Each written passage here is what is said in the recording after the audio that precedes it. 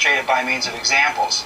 So in order to get started, let's go back 25 years to what must seem like the Pleistocene age for most people in universities today, to the dawn of some very important ideas. And first was the very first personal computer, which you see on the slide here.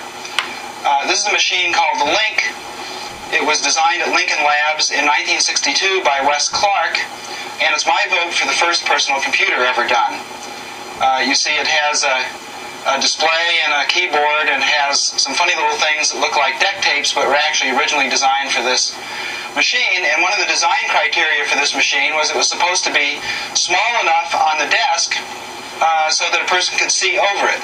So one of the ideas is that this machine should not be intimidating.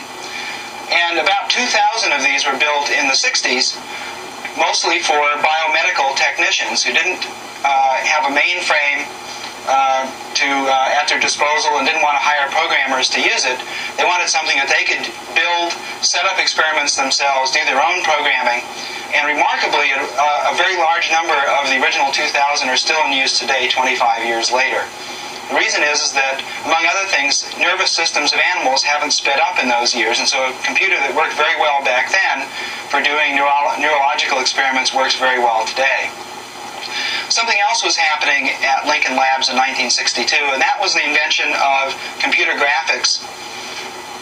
Ivan Sutherland's Sketchpad, probably the most significant single thesis ever done, remarkable program in many ways even today, as we'll see by looking at this tape.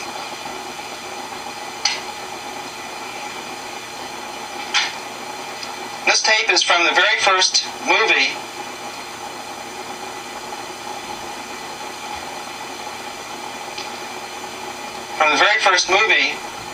of Sketchpad, taken in the summer of 1962.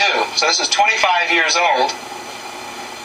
Rubber bands you're familiar with, but look at what he's doing. He's pointing at the edges and saying, I want them to be all mutually perpendicular, and Sketchpad just figured out how to do that.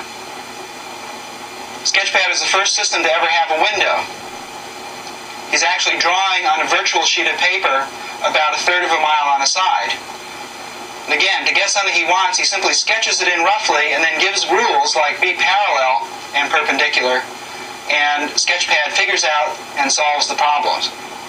Here the rule is collinearity, so that the dashes lie directly over the guidelines below. The Sketchpad was able to solve very complicated problems in real time, involving both linear and nonlinear systems of constraints. So it was the first non-procedural programming system and considerably more powerful than the spreadsheets of today.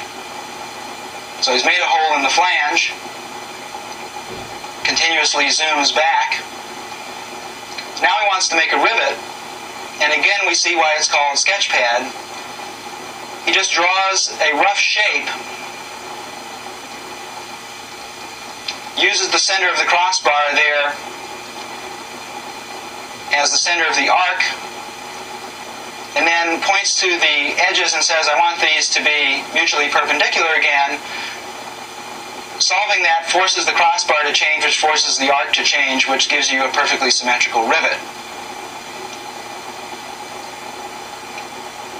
And he shows that no matter how you distort it, when he turns the problem solver on, it will come up with a symmetrical solution. And he could have made it more complicated. He could have constrained the side lengths to be ratios of each other, or tied to some other drawing in the environment.